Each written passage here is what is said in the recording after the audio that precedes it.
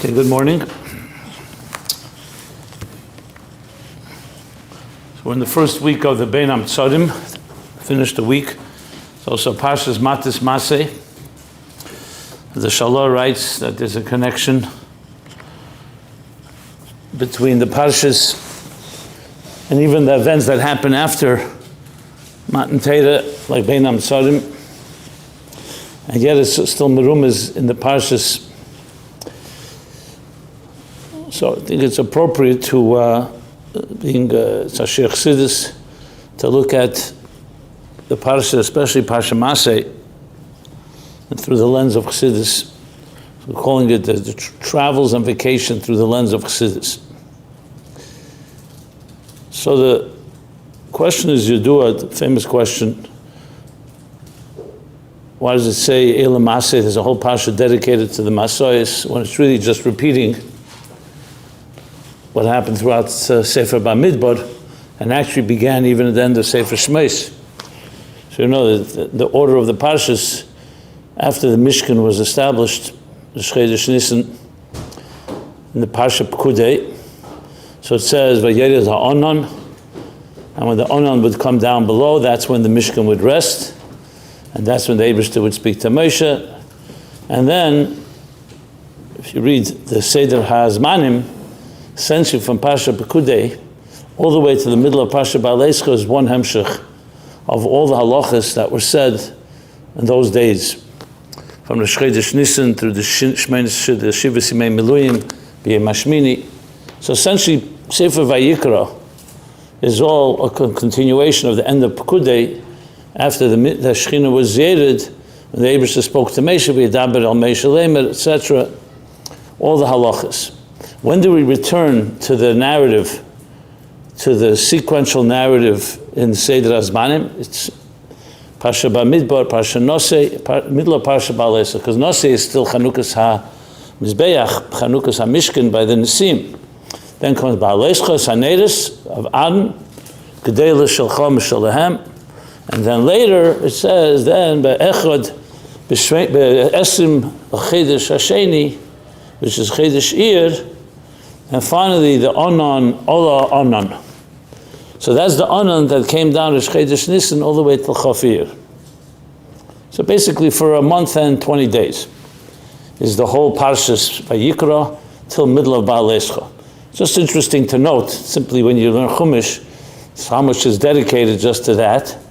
Obviously before Pekudei is the story of the Mishkan, and before that is the story of Yitzis Mitzrayim and Matan Torah, and before that Yitzis Mitzrayim and Kriyas Yamsuf, and Sefer Bereshis is dedicated to the Ovis. So Parsha Bamidbar Ba'aleischa begins the Nesias, really the Masoyos are the primary theme, and the events that happened during those Beis Masoyos, the 42, through Bamidbar. Then Eila Maseh Bnei Yisrael Sheyatzu Mitzrayim is a summation of these 42 journeys that began all the way from Yitzias Mitzrayim, and the end of Parsha Maseh, they come to Ever HaYarden, the east side, basically the east bank of Ever HaYarden. And then Dvarim, as we know, is Moshe repeating it all, Chodesh Shvat, all the way through Zayin Adar. So Sefer Dvarim dedicated to basically 37 days. But this is the summation. So the obvious questions, why do we need to repeat it? You just go through Parsha Bamidbar and you see all the Masoyos. They're all enumerated there. They're not summed up, but they're all there. And the second question Chassidus asks is, Eila Maseh B'nei Yisrael Yetzu Mitzrayim, the Masa from Mitzrayim to Ramses to out of Mitzrayim to the next, the first is only the first of the 42 Masoyos. Why are they all called Eila Maseh Sheyatzu Mitzrayim? Eila Maseh B'nei Yisrael. And of course, as I mentioned before, the connection to the 3 weeks. The truth is, this week is a Parshas Matis and Maseh, but I'm focusing on Maseh. So the answer briefly is Haba Hatali. Both questions are answered with one another, because the Masoyos were not just a technical information, how the Jews traveled and where they traveled and where they stopped. Masoyos is actually Avodas Hashem, and that's why there's Dafka 42, which is what's the Nukudah, that every Masa was another Nesiya and Chaniya, Al Pi Hashem Yachnu, Al Pi Hashem Yisu, as the Gemara in Eruvin says, Command the Kfir Lehu Dami. The Eibishter, this was a Nesiya and a Chaniya, not because technically they have to get to Israel. The only way is you can't travel all the time, so you have to stop from time to time, which is what most people do. But every Masa was exactly Ezgerechent, exactly how much time they would be there. Basically, Beloshen from the Baal Shem Tov, Mashem Mitzadi Gover Keinanu, the Eibishter leads the footsteps of man, especially the Eden coming out of Mitzrayim and after Matan Torah toward Eretz Yisrael, the Promised Land. So every Masa and every Chaniya, every journey and every stop was Al Pi Hashem, Ezgerechent, part of Avedis Hashem. It was an Aliyah, Medarga L'Darga, Aliyah Medarga L'Darga, till they got to Eretz Yisrael. Basically, that's a Inyan Nitzchi till this very day, that we too have to go through these Masois. And what are these Masois? Asher Yotzim Mitzrayim. They're all about leaving Mitzrayim v'Gvulim. So it's not just the technical first Nesiya that they traveled out of Egypt. That's the technical part. But there's the Ruchnisdika part, is a Nesiya out of what? Of Mitzrayim v'Gvulim. We all live in a world of Mitzrayim v'Gvul, Tachtenim, B'Loshen Ham, Amedesh Chassidus, and the kavanah is to make a dira b'tachtenim. B'tachtenim Loshen Rabim, it's a journey. We know it's a journey. And actually the Torah is all about journeys. If you really think about it, all over you look, is all Masois. There's the journey of Adam and Chava outside when they left Gan Eden. There's the journey of Noach, B'Tevis Noach. There's the journey of Avram Avinu Lech Lecha. I mean, almost every story in the Torah is connected to some journey. Yitzchak as well, and Yaakov, of course. A journey, Yorad Yeradnu, Al Naila, then the journey of the Eden into Mitzrayim, then the journey out of Mitzrayim. It's really, you could think of the Torah as basically the whole Chamisha Chumshe Torah is a story of Masois.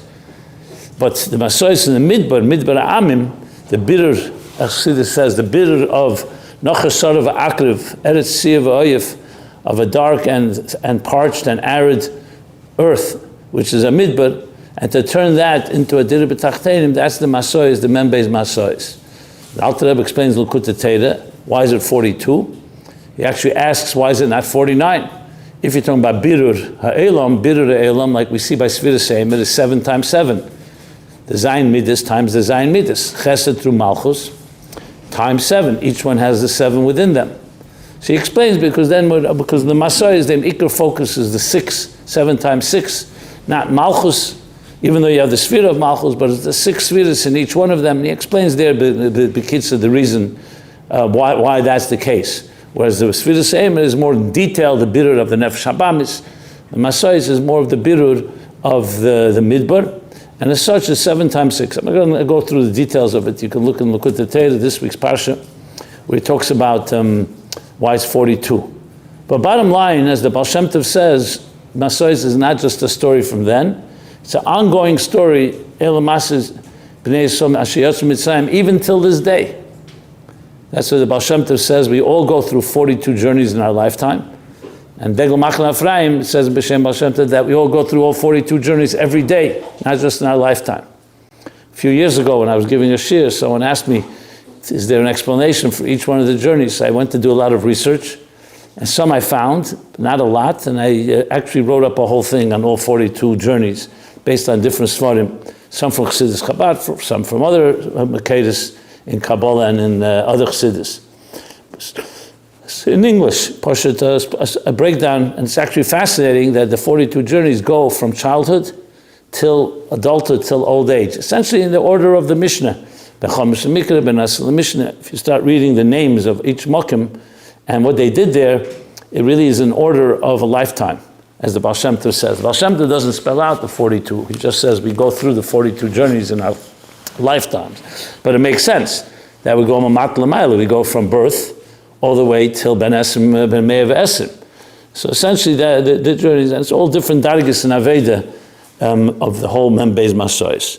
So B'kitzur, so that's number one, the Klolisdik Nekuda of what the Masois are, not just pratim, and not just technical. It's actually a journey that each of us goes through, and that's how life should be. I just see it. We never stand in one place. The Rebbe focuses so many times on Mailim B'Kedish. The Rebbe is never satisfied. always an aliyah. As you said, Tamid Chacham or Tzadikim ein lehem menucha le'be'elam hazeh v'le'be'elam haba. Everything is a journey. And both a journey mamata l'mayla, mamayla l'mata, lech l'cha, as I mentioned before. So it's a journey. And that's the Seder Aveda, that you always want to go, you're always moving somewhere. And you're never static. You never stand in one place. The Rebbe brings the name of the Frierdiker Rebbe, that life is like climbing a mountain. You're either going up or you're going down. There's no such thing as being in the middle, in between. Because you're either on the mountain, there's a mountain, you're either going up or you're going down. It was like the person who says, I used to think I'm indecisive, now I'm not so sure. That's not an option in Avodas Hashem. Everything has to be, you have to make a decision. You're going here or you're going there. So it's all really a story of Nesius, and that's why Elam Maseh B'nai Yisrael, that all the Torah sums it up, because it's not just a sum up for technical reasons to know, but it's summing up what is the journeys of our lives. So in addition to all the pratim that we learned through Parsha Bamidbar, all the way starting from Pekudei, we also understand that each one is a Maseh. Okay, but let's go a little deeper into this. I mentioned before, Mashem Mitzadik Over Kenanu. So one of the biggest sages you find in the Torah Baal Shem Tov, many places, is all about that Hashgacha Pratis.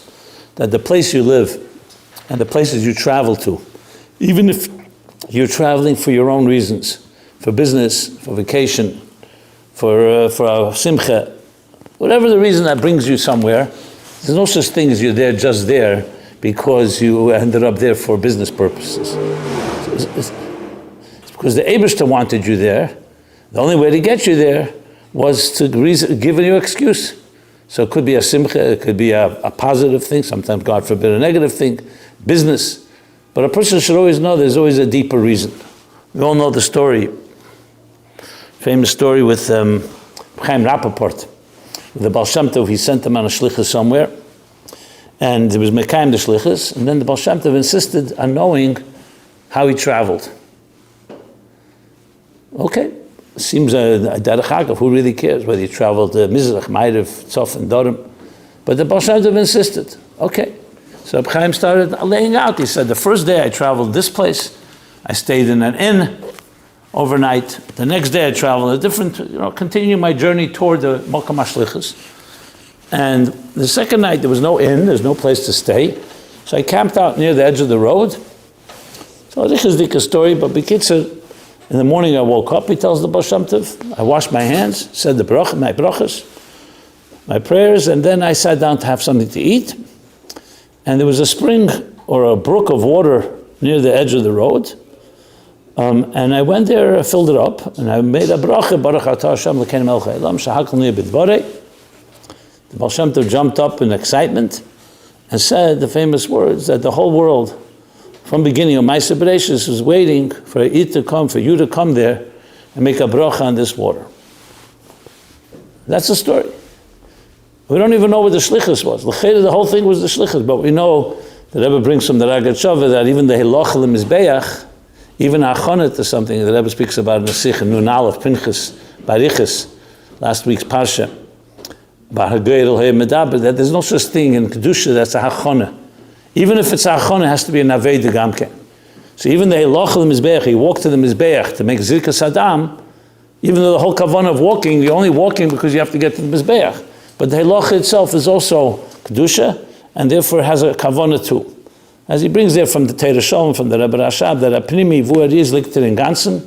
So every detail, even a journey, the journey seemingly completely incidental. Who cares whether you went to this road, that road? The main thing is you fulfill your shlichus. No. The derachim that we travel on, and the things we do on those paths, are all part of the kavanah elyeina. So if a leaf, the journey of a leaf blowing in the wind and turning over is Hashgacha Pratis, which is seemingly such a detail, how much more so a human being, a neshama, a chelik elikam mal mamash, a person created b'tselem elikim, their journeys.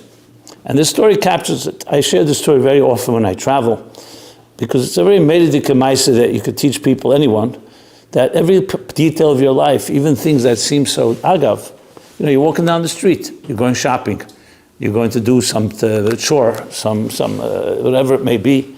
Every step is part of it, and you can use it either l'kedusha or the opposite, God forbid, or neutral. So it's all part of a higher kavanah. And sometimes you have to know that what you're doing there, the mitzvah you do or the bracha you make, is the whole world is waiting from the beginning of time for you to come and do that. It leaves such a reshim on people because it means that every action you do has consequences that are forever. It's like walking in a forest. Sometimes you see a path people walked on, but there's always that road they call the road less traveled. There's a path that people don't walk on. And it could be that's what you have to be doing. You have to be doing something someone hasn't done before. That's the story, that a cup of water, he's drinking a bracha on a cup of water, that water was waiting for someone to make a bracha.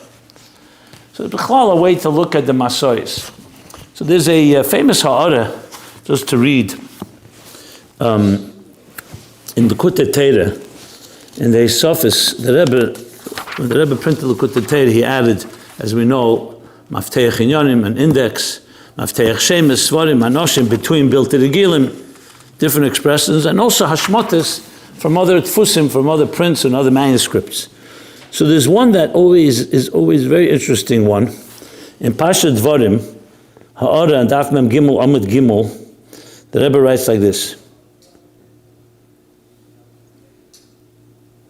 Achad these words, Nichtava Ois Ktana, B'shul ha'omed nismenu be'ez Ktana Ha'ara v'zel Shene. U'b'shem ha'Baal Shem Tov Zal, quoting the Baal Shem Tov, Nispazer Yisrael b'chol mekemes ha'eretz be'iyim rechekim. That the Jews, obviously in Gaul, spread out in all the lands of the world, be'iyim rechekim, including distant islands. You find Eden everywhere today. V'gam ha'shetayim b'derech li'yis'alach ba'ayoris. And also those that toyim, they got lost. How'd they end up there? They didn't plan to go there. As we know, many Eden ended up in a place, some of them didn't even know they were going there. I don't know if you know this, but after the war, I think after World War I, World War II maybe, there were Eden coming from Eastern Europe, wanted to go to America. And some con artists saw an opportunity, so they convinced the Eden, here, get on this boat, you pay money, and we'll take you to New York. They didn't take them to New York, they made a few sivuvim, and they took them back to London. And they thought London was New York, until they came to realize at some point, because they didn't know the language. This is a true story. And other times as well. I mean, this obviously was pure Geneva's Das or Geneva period. But the point being is that many people ended up in places not because they ended up wanting to be there. Many of us many Yidden ended up in places actually because we were taken as captives, as slaves. I don't know if you know, in Australia as an example, is also an example. They call it Fatal Shore.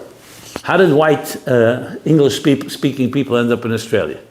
Australia, the Aborigines there, the original, the natives are completely, they're completely from a different background. It was England was trying an experiment. They wanted to know what to do with their criminals. So criminals was always a problem. What do you do with criminals? You can't kill them all. So prison was, the idea of prison, the Rebbe has this whole opinion about prison. But England came up with the Amtsah. Let's take a few ships and we'll send all the criminals to a distant land where they can't come back. And that land will become their prison. They won't need to have bars because they can't travel. And Australia was a country like that. It was an island. Without a ship, you can't leave. And there were no planes, obviously, then. So it was called the Fatal Shore. They sent thousands of white people, criminals from England, with a few people to oversee them, and they built a community there. That's how Australia was established, the modern, what we call modern Australia, the white people that speak, that's why it's an English-speaking country. And New Zealand extended from that, etc. Now there were among them Jews as well. So there's even a book called The Fatal Shore, if you're ever interested in reading, there's a section about the Jews. The Jews that ended up, the convicts that were Jewish. Another example, Atoyim ended up in Chvezvu, the Rebbe calls it later Chassid Hadra Tachten Shebetachten, and ended up becoming a Malkam Teira. So he continues. So what does the Baal Shem Tov say? That all this, Nispazer B'chol Mekemes Be'im Arechekim, and Os Toyim B'derech L'Yisalach Be'ayoris, and our Vandetzach, Meblondetzach in the paths, through the city, different cities around the world. So Baal Shem Tov says, "Hu kidei l'tayer eretz ha'amim shavira tomei." It's in order to purify the land of the nations, which is avira is tomei, in contrast to Eretz Yisrael.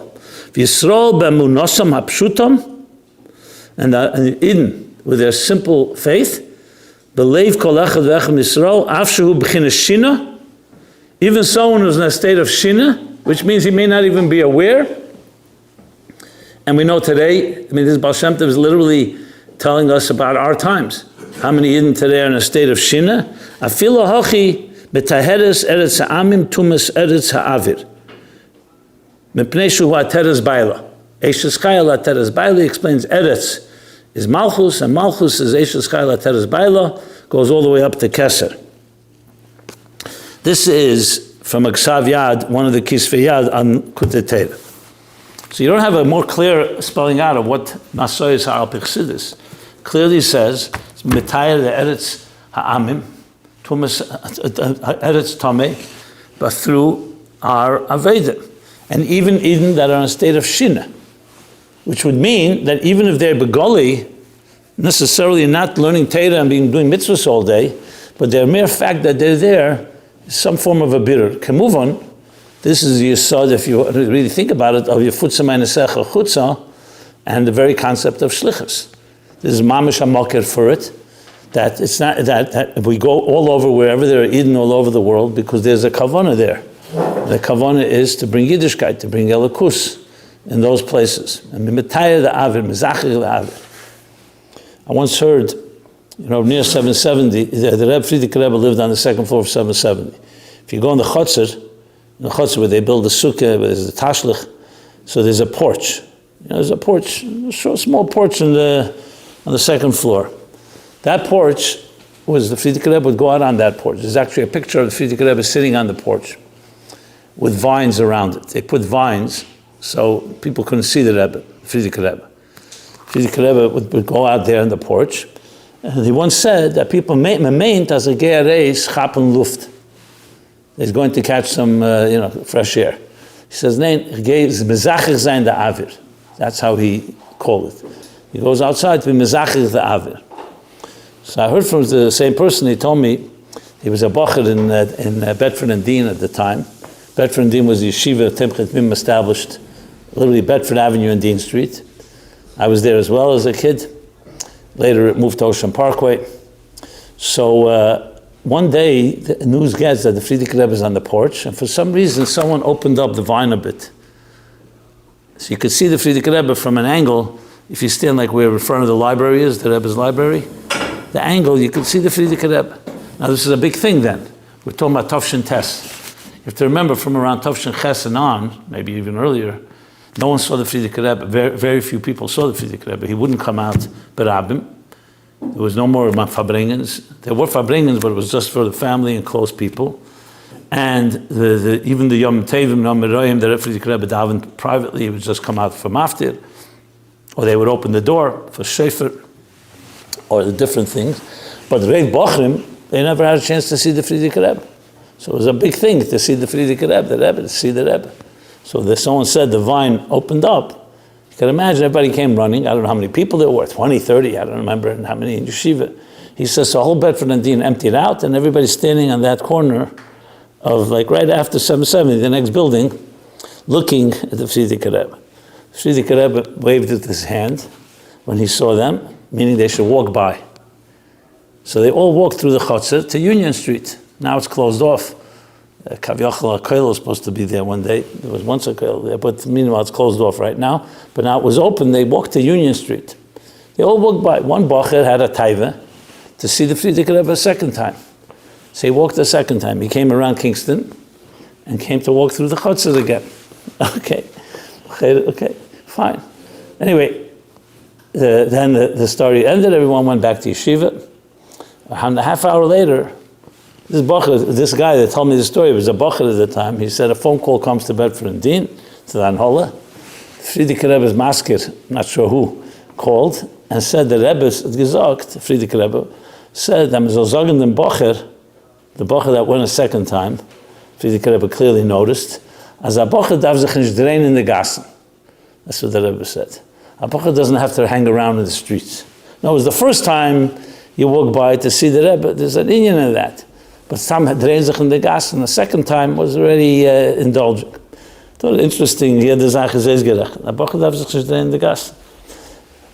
The Rebbe, we know, said a similar thing that day in Kislev. When was it? Beis Kislev. When the Bochum was draining sich in the gas, I'm not going to repeat that piece. That was very harsh. But the point being, what I want to say is, Masoyis, Enochanam, everything is al pi Hashem, but it doesn't mean you have to be mahad that drains sich in the gas. But everything has a cheshbon and a izgerecht. So when this with the kavona, that is a positive kavona, or some form of shlichus, it just adds a whole other dimension when you understand it's all part of the Elam Maseh. B'nai Yisrael sheyotzim Mitzrayim, that we are indeed on journeys and travels from the beginning of time through the 42 Nesias, Masoyas in Eretz Midbar Ha'amim, and as well as now. These are also Masoyas. You see, for example, the Frierdiker Rebbe's Loshen, famous Loshen, that Eser Nesias, Eser Goli is Golsa Chabad or Lubavitch. Also he uses Nesias. So first Lubavitch, and then he counts 10 different travels from Lubavitch to Rostov, and then Rostov to Leningrad, and Leningrad, I think, then to Varsha, to Riga, to Atfotsk, and then ultimately to New York. And he uses that expression, Eser Goli is Golso, or Eser Nesias. So you see the constant concept of Nesia. But it's not always so poshut, because we all know the Frierdiker Rebbe didn't want to come to America. It was only behechlech. He says clearly, I didn't want to come here. I didn't come here to save my skin. I came here because the Eibishter me gefirt. It was Bal Korchach, essentially. Bal Korchach. I mean, obviously, he had to run away, first of all, from the Soviet Union, and then from Europe, Nazi Europe. Same thing with the Rebbe. And they barely made it out, actually. But the bottom line is, but once the Eibishter firt, then that's the place, Al Pi Hashem, as I said, Yisu, Al Pi Hashem Yachnu. This is the place to do your Aveda.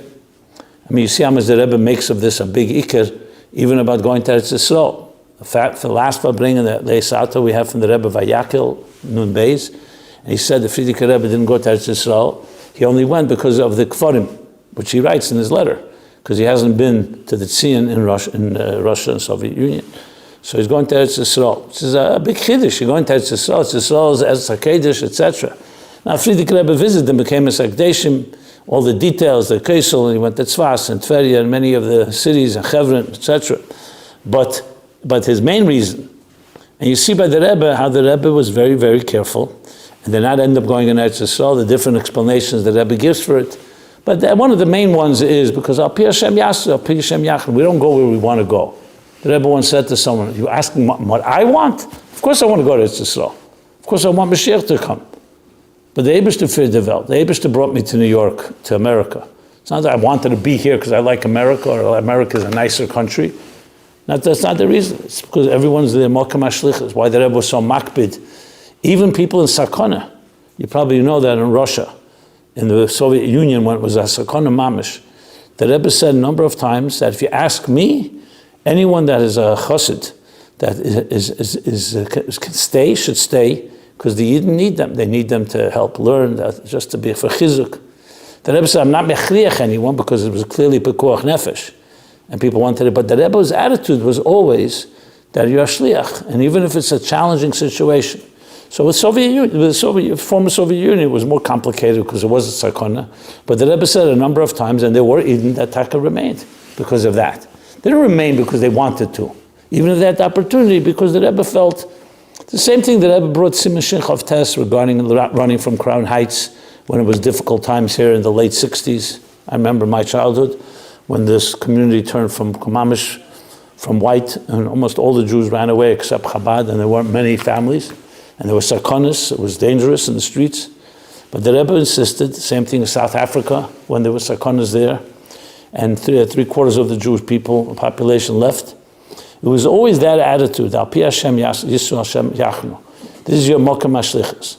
Now obviously you could say, is that the case in Pekuach Nefesh Mamish, a building is burning, the Rebbe will say you have to stay in the burning building because that's your Mokam HaShlichus.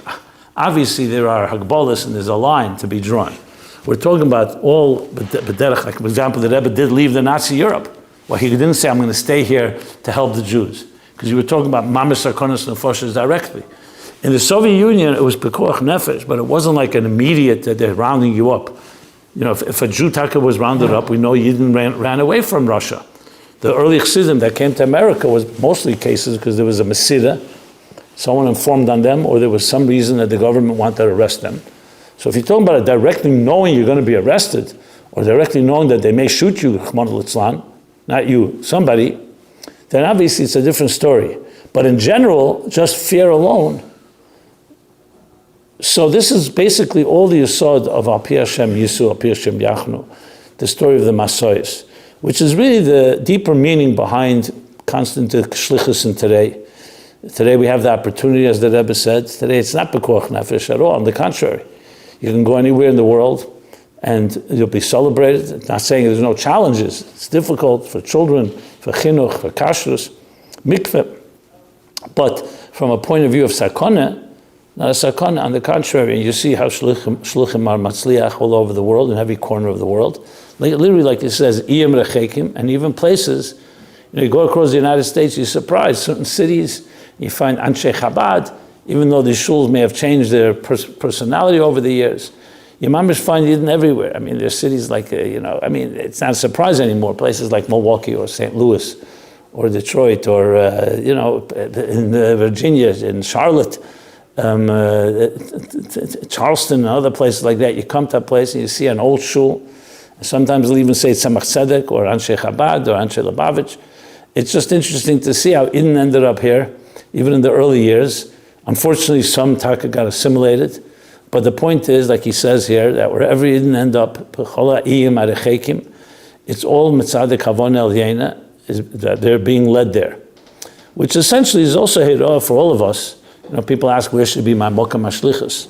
So we don't always know where it's going to be. You know, some people have a schuz, they had an answer from the Rebbe, or their family got an answer from the Rebbe, but not everyone has a direct answer. So the Rebbe gave us klolim of how to determine. First, you have to look at opportunities.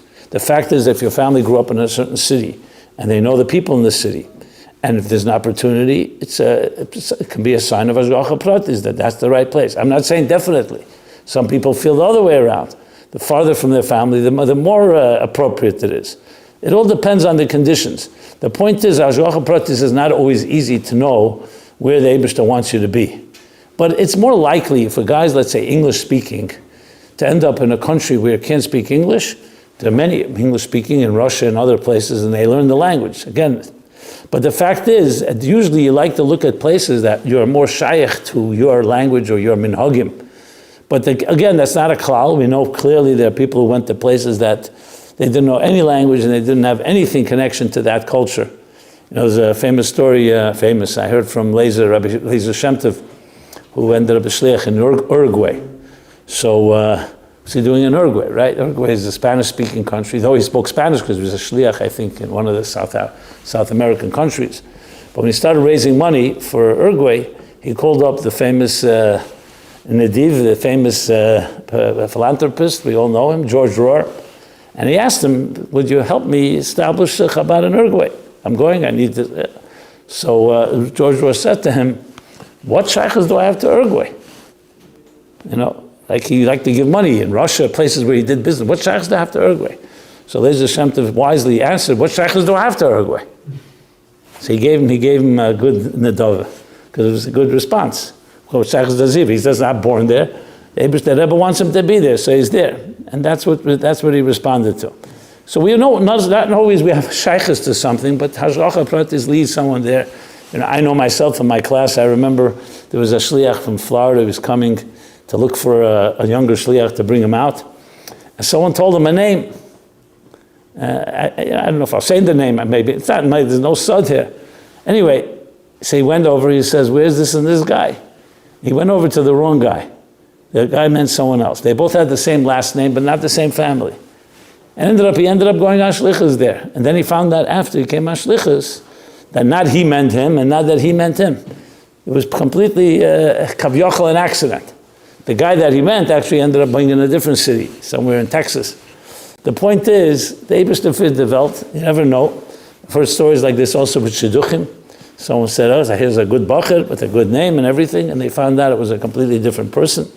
End up working out. It doesn't always end up working out, but it ended up working out, thank God. The bottom line is, it's a complicated formula to combine. Obviously, we have to use our seichel and our midas as much as possible to seimchen al hanes. But you have to always know that there's always an element of mystery. There's always a mystery. You don't know Eibishter's plans. You know, you ask a lot of people, what are you doing in this place? They'll tell you some cockamamie story. I ended up going, or I met this person, they invited me, and then you end up being their lifetime shlichus there. Because you have to be ready for the spontaneous. So essentially, Hashgacha Pratis means that you may go somewhere. Look, now as I said before, vacation time. You know, even though the Rebbe doesn't like the word vacation, it comes from the word vacate. But the Rebbe says you vacate the Gashmizdika things, so you can be dedicated more to Ruchnizdika things. But people go, children go to camp, people go to summer bungalow colonies, and of course people travel to families, to Israel, to other countries. Everybody's going in places. And for whatever reason, it could be latil, it could be for business, it could be a combination of the above, it could be for family, for something family-oriented, a simcha. The point is, we all go for different reasons. What Chassidus comes to add is always be open for something you didn't expect. You may have gone for a certain reason, but you're there for another reason. The reason is for you to meet somebody. I was once in a place, I remember, it was, where was it? It was in California, I think. I went to speak there, which is a good reason. I went to speak Chassidus. I went to give a lecture, a talk. I didn't go for any side shows, but I was staying in the hotel I was staying. So there was a guy comes over to me. He saw that I'm a Frum Yid, or at least Bechitzenius, and he says to me, there's a guy here that just his father just passed away, and we have only 8 or 9 people. He wants to say Kaddish. He never said Kaddish before. He never put on tefillin before. So I ended up going. Obviously, in the hotel they made some room there, and he said Kaddish, and I met him. Till this day, I know him. I know them all.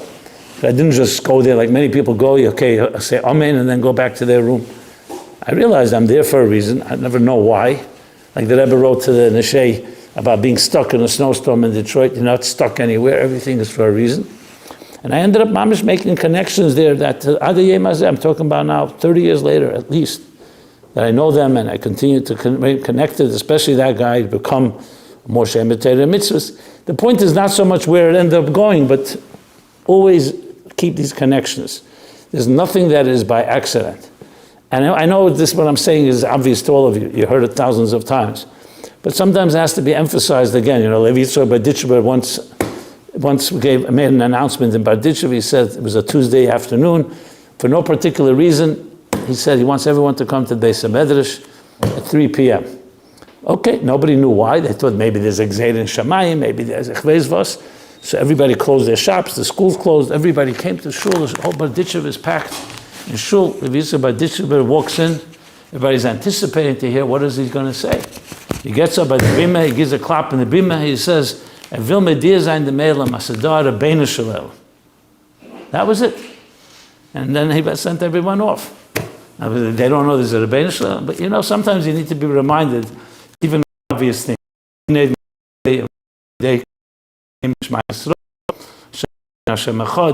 But sometimes you still need, it could be a mitzvah, akimas fosav, lip service. It can be done mechanically. But sometimes you have to pay attention and take to heart, like the Rebbe wrote then to the Neshei. He says, you yourselves probably gave a drasha about Hashgacha Pratis, so you forgot to apply it to yourself. The snowstorm where they said they were stuck. You all know the story, right? Anyway, the bottom line is they said they were stuck Friday, they couldn't get home for Shabbos, they were in Detroit. So they said stuck, and they wanted a bracha from the Rebbe to come back to New York to their families before Shabbos. And the Rebbe, you don't write to the Rebbe the word stuck. That I can tell you. Never use that word. The Rebbe circled stuck and wrote a whole answer, B'ksav Yad Kodesh, saying stuck. You probably heard of the concept of Hashgacha Pratis, lapella, and you probably even spoke about it at the convention. And you forgot to take it to heart. I'm just paraphrasing. And especially it's shelig min hashamayim, it's the chasimim min hashamayim. Snow comes from heaven, so a sign from heaven. Now what? That you didn't finish the job. That's why you're still there. Not because you're stuck in the snow. The Eibishter wanted you to finish something, either at the airport or on the way to the airport or back in the city of Detroit. And when you finished your job, you come home. After Shabbos, the snow taka stopped. They wrote to the Rebbe, so the Rebbe said, if the snow stopped, there's a siman min hashamayim that you finished your job. Now you can come home. I mean, I had a similar story. My father was in the hospital.